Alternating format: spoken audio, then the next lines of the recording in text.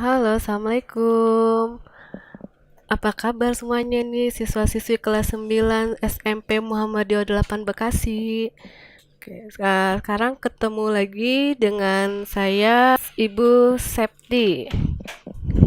Kita masuk ke pelajaran bahasa Indonesia. Buka ya bukunya halaman 5. Sudah dibuka bukunya? Oke, sudah ya. Sekarang materi kita hari ini teks laporan percobaan. Di sini tujuan pembelajaran. Setelah mengikuti proses pembelajaran, peserta didik diharapkan dapat 1. Menjelaskan pengertian teks laporan. 2. Menjelaskan fungsi teks laporan. 3. Mengidentifikasi contoh teks laporan. Oke, bab 1. Silakan, sudah dibuka kan pastinya bukunya? Melaporkan hasil percobaan. Di sini melaporkan hasil percobaan ada salah satunya, 1. Mengidentifikasi informasi laporan percobaan. 2. Menyimpulkan informasi laporan. 3. Menelaah laporan percobaan. 4. Menyajikan laporan percobaan. Dan terakhir, kegiatan literasi. Teks laporan percobaan. Coba, siapa yang tahu teks laporan percobaan? Oke, teks laporan percobaan itu adalah bentuk teks atau tertulis yang berfungsi untuk menyampaikan hasil kegiatan percobaan yang tujuannya menguji atau membuktikan teori. Itu pengertian dari teks laporan percobaan. Oke, sudah paham kan pengertian dari teks laporan percobaan? Kemudian di sini ada ciri-ciri teks laporan percobaan. Yang pertama, objektif. Objektif itu datanya harus dengan keadaan yang sesungguhnya. Misalnya, kamu sedang menguji perbandingan vitamin C pada buah jeruk dan stroberi. Jadi, kamu itu menduga buah jeruk punya vitamin C lebih tinggi daripada stroberi. Dan ternyata hasilnya setelah dilakukan percobaan tidak sesuai dengan dugaan. Nah, jika hipotesis tidak sesuai hasil, sampaikanlah hasil percobaan sesuai dengan keadaan yang sebenarnya. Itu salah satu ciri teks laporan percobaan objektif. Kedua, berupa fakta. Kalau fakta itu berarti apa artinya? Oke, ya benar, sesuai dengan kenyataan, fakta. Kalau arti dari fakta. Nah, kalau di sini berupa fakta, hasil yang disampaikan dalam teks laporan itu benar-benar sudah dilakukan. Contoh kalimat fakta. Yang di sini ada kalimat yang kedua itu merupakan kalimat fakta. Terkandung 54 mg vitamin C dalam setiap 100 mg jeruk. Ketiga, dan terakhir ini ciri-cirinya lengkap. Kenapa harus lengkap? Karena dalam teks laporan percobaan itu harus sesuai dengan ciri-ciri kebahasaan. Seperti apa ciri-ciri kebahasanya? Yang pertama, menggunakan kaidah bahasa Indonesia yang baku.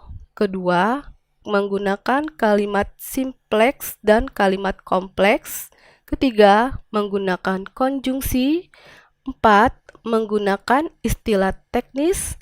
5. Menggunakan kata bilangan atau numeralia. Dan terakhir, memperhatikan kata depan dan imbuhan awal.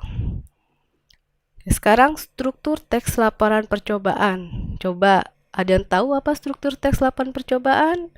Oke ya, di sini struktur teks laporan percobaan yang pertama ada tujuan. Tujuan itu berisi pencapaian yang akan dituju pada percobaan tersebut. Kedua, alat dan bahan. Alat dan bahan itu merupakan bahan atau benda yang digunakan pada saat percobaan berlangsung. 3. Langkah-langkah. Langkah-langkah itu merupakan tahapan demi tahapan dalam melakukan proses percobaan. 4. Hasil. Hasil itu uraian yang dicapai dalam sebuah percobaan. Terakhir, dari struktur teks laporan percobaan itu kesimpulan. Simpulan itu intisari dikaitkan dengan tujuan dalam sebuah percobaan. Jadi apa struktur teks laporan percobaan? Pertama ada apa? 1. Tujuan. Kedua, alat dan bahan. Ketiga, langkah-langkah. Keempat, hasil. Dan terakhir, kelima, simpulan. Oke, sekarang langkah-langkah membuat teks laporan percobaan. Dalam dalam membuat teks laporan percobaan itu pastinya ada langkah-langkah. Apa saja langkah-langkahnya? Pertama, membuat judul. Kedua, menyusun kalimat pembuka. Ketiga, menyusun isi laporan. Keempat, menyusun kalimat penutup. Kelima, merangkai dan meninjau kembali. Dan terakhir, menyunting. Apa itu menyunting? Menyunting itu memperbaiki kalimat yang salah. Di sini ada contoh teks laporan percobaan. Contohnya nih, saya ambil salah satu teks laporan dalam membuat telur asin. Tadi kan strukturnya apa saja? Tujuan yang pertama. Oke ya, tujuan. Jadi tujuan kita tuh membuat telur asin tuh apa tujuannya? Tujuannya itu misalnya di sini telur yang dibuat dari bebek yang sudah melalui proses pengasinan lebih dahulu. Telur asin mengandung banyak vitamin dan gizi sehingga mengonsumsi telur asin bisa bermanfaat bagi tubuh. Itu ya tujuan untuk membuat telur asin. Alat dan bahan. Alat dan bahannya apa saja? Tentu saja pakai telur bebek ya. Telur bebek, abu gosok, tanah liat, garam, dan amplas. Amplas itu apa? Yang buat menghaluskan. Kemudian langkah-langkah dalam membuat telur asin. Pertama apa? Oke, pertama pastinya cuci dulu telurnya. Cuci telur bebek hingga bersih. Kedua, campurkan abu gosok. Ketiga, lapisi telur yang sudah diamplas menggunakan bahan campuran. Dan terakhir, diamkan telur pada suhu ruang hingga 20 hari atau 3 minggu. Hasil dari telur asin itu misalnya di sini hasilnya telur bebek yang dibuat melewati proses pengasinan seperti di atas menghasilkan telur asin yang sempurna dan lezat. Pastinya kan hasilnya itu menghasilkan telur asin, ya kan? Bukan telur dadar. Dan terakhir, kesimpulan. Kesimpulan dari membuat telur asin itu dilihat dari tujuannya tadi kan membuat kesimpulan. Di sini kesimpulannya, membuat telur asin di atas menghasilkan kandungan gizi yang cukup lengkap dan cocok dikonsumsi oleh segala usia. Nah, itu kesimpulan dari membuat telur asin. Oke, sudah paham semuanya?